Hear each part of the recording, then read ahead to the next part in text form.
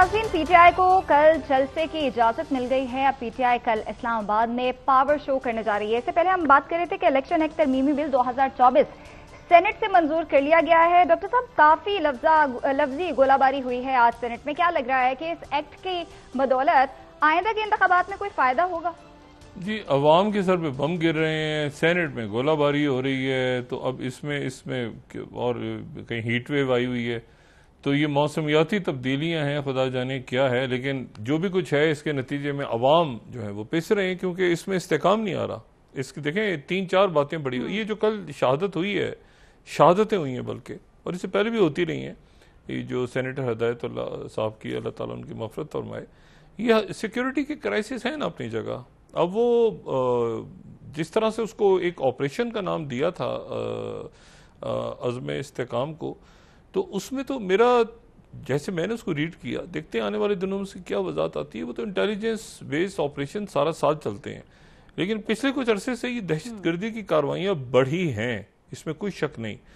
और अब ये अफगान सॉइल से हो रही हैं, वो आगे से जवाब देते हैं। तो ये इंटेलिजेंस बेस्ड सरगर्मियाँ इस तरह से कि उसके नतीजे में मजीद अदम इस्तेकाम ना पैदा हो, क्योंकि उसका नाम ही इस्तेकाम है।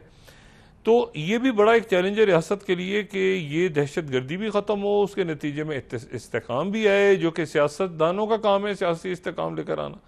अब सियासतदान आगे बढ़ ही नहीं रहे, वो पीछे बैठे हुए हैं। और वो उन्होंने अब जैसे ये तहरीक इंसाफ का खान साहब का मामला, मुकदमात बन रहे हैं या जो भी कुछ हो रहा है, अब बाहर की दुनिया जब इनसे बात करती है तो कहते हैं हम तो नहीं कर रहे, हम तो चाहते हैं जी मुज़ाकरात करें, हम तो सियासी लोग हैं।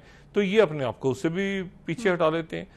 तो बात सर ये है कि ये किसी को तो सियासी इस्तेकाम लेकर आना है, और ये आना ज़रूरी है, क्योंकि वो नहीं आएगा तो माशी, अच्छा माशी अदम इस्तेकाम तो फैल गया है ना, अब उसको तो वापस कोई ला नहीं सकता। ये बिल्कुल ऐसी सूरत हाल है कि देखें आज रात को जो बरतानिया में रिजल्ट्स आते हैं, वहाँ पर अगर केयर स्टारमर भी आ जाते हैं लेबर पार्टी के 14 साल के बाद, ये लैंडस्लाइड विक्ट्री होगी। ये मैं बताऊं, लैंडस्लाइड विक्ट्री होगी, क्योंकि इससे, और ये 5 साल पहले ही कंजर्वेटिव्स को, जिनको टोरी भी कहते थे जमाने में, उनको लैंडस्लाइड विक्ट्री मिली थी, लेकिन वो डिलीवर नहीं कर सके। और उससे पहले जो उनके वज़राए आज़म थे या थीं, यानी डेविड कैमरॉन या टेरी में, तो वो उनकी परफॉर्मेंस इतनी बुरी नहीं थी। लेकिन उसके बाद जो 3 शख्सियत आई हैं पै दर पै, चाहे बोरिस जॉनसन हो, जो कोविड के दिनों में पार्टी कर रहे थे, ठीक है, 10 डाउनिंग स्ट्रीट में उनका स्कैंडल आ गया था। फिर उसके बाद लिज ट्रस आई थी, वो भी इधर उधर महीना 1-2-3 महीने रही, चली गई। फिर ऋषि सुनाक आ गए, वो भी, उनके भी पैर नहीं जम सके, और वो भी कहीं दाएं बाएं हो गए। लेकिन बरतानिया जब से ब्रेक्सिट से निकला है ना, ब्रेक्सिट से निकलने के बाद वो संभाल नहीं पाया। यानी आप तसव्वुर करें कि यूरोप का हिस्सा नहीं है। भाई यूरोप का हिस्सा नहीं है तो यूरोप तो इस वक्त खुद यूरोप के अंदर भी तकसीम है। आप देखें ना, वहां पर भी फ्रांस में कुछ और हो रहा है, जर्मनी में कुछ और हो रहा है, पोलैंड में कुछ और हो रहा है। मतलब अगर आप टर्की को भी हिस्सा समझें, उसका भी एक, टर्की अगर आप जाएं तो आधा टर्की तो यूरोप में आता है। एक ब्रिज क्रॉस करें, इधर एशिया इधर टर्की है।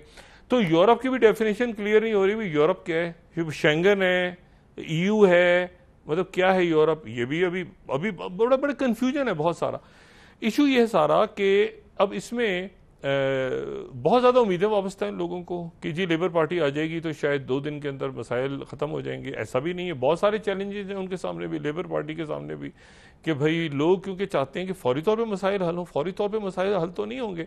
तो बरतानिया में वो कम से कम अगर कोई 1-2 शुरू में स्टेप्स ऐसे ले लेते हैं, लोग समझते हैं, बरतानिया के लोग बड़े बाशऊर हैं, तो वो समझते हैं, क्योंकि वहाँ को करप्शन स्कैंडल और ऐसी हरकतें तो नहीं है ना जो हमारे यहाँ होती हैं।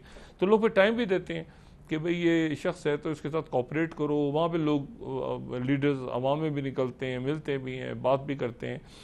तो ये देखना है कि बरतानिया के अंदर तब्दीली क्या आती है, और ये देखना है साथ के बरतानिया जो है वो साथी मैक्रों, देखे ना फ्रांस के अंदर इस वक्त 2 हफ्ते पहले नॉर्मंडी पे खुशबाश खड़े हुए थे मैक्रों। G7 का इजलास हो रहा है, खुश, कोई दूर दूर तक उनको, मतलब वो सारे जनाब बाइडन और ये वो सारे G7 के इजलास में खुश खड़े हुए थे वहां पे बहुत ज्यादा। और वो जनाब परेड देख रहे हैं, और उनको किसी को दूर दूर तक अंदाजा नहीं था मैक्रों को कि ये चंद दिनों के बाद क्या होने जा रहा है। उन्होंने स्टेट विजिट करवाया जनाब बाइडन को, और जनाब बहुत ज़बरदस्त तरीके से वहाँ पे नॉर्मंडी में, और सारा जंग अजीम की जो दूसरी जंग अजीम का जो वाक़या था, तो वहां तो दूर दूर तक कहीं तस्वर भी नहीं था मैक्रों को कि उनके साथ ये होने वाला है।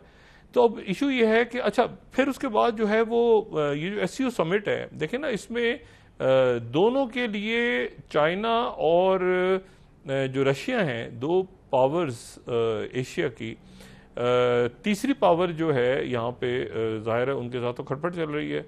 यानी अगर हम इस ट्रायंगल को लें, रशिया, इंडिया और चाइना जो कि ब्रिक्स का भी हिस्सा है, तो प्राइम मिनिस्टर मोदी तो गए नहीं वहाँ जयशंकर जी गए, लेकिन जयशंकर जो है उनकी मुलाकात वांग ली से हुई है, उनके वजीर खारजा जो चाइना के हैं, और वो उसमें वही बात हुई है कि जी LAC के ऊपर आगे मुज़ाकरात हम जारी रखेंगे। अब ये भी एक बड़ी तलखी है, इस को भी ख़त्म होना चाहिए, इस मामले को भी, जो LAC का मामला है इंडिया और चाइना के दरमियान, क्योंकि सवा अरब के मुल्क हैं और आपस में इनकी तो जंग बनती नहीं है, लेकिन एक तलखी है बहरहाल।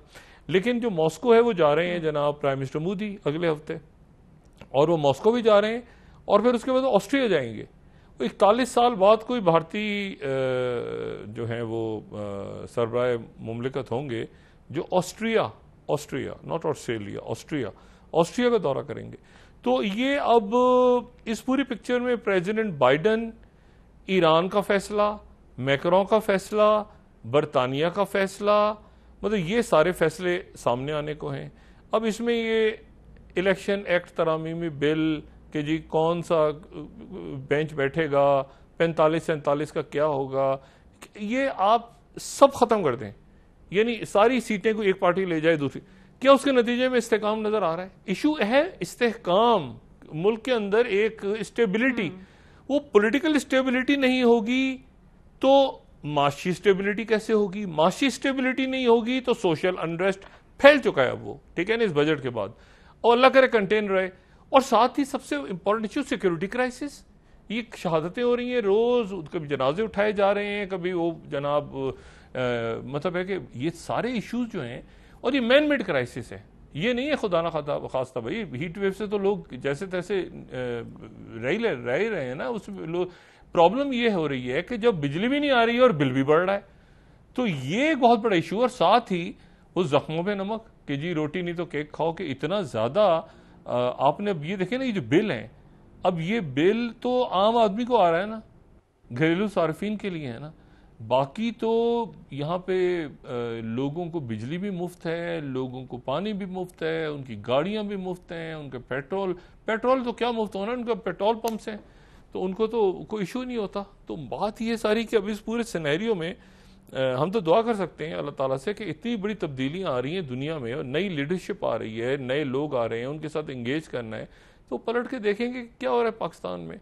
तो मेरा नहीं ख्याल कि कोई अच्छा इमेज हमारा जा रहा है दुनिया में इसको। और ये मैन मेड क्राइसिस है, मैंने कहा ना कि कोई बाहर के इश्यूज होते तो हम कहते कि भाई बाहर की वजह, यहाँ पे इक़्तिदार के झगड़े, सीटों के झगड़े, मेरी सीट आ जाए, मेरा तरक्याती बजट आ जाए, ये आ जाए, इसमें उलझे रहेंगे तो बदकिस्मती से हमारी खारजा पॉलिसी भी इफेक्ट होगी, जो कि हो रही है बहुत बुरी तरह से। बुरी तरह से तो नहीं, लेकिन हो जाएगी चंद दिनों में, इसमें बुरे का लफ्ज़ भी आ जाएगा, क्योंकि हमारी तवज्जो ही अपने इंटरनल क्राइसिस पे इस वक्त। जी ठीक है, बहुत शुक्रिया डॉक्टर साहब।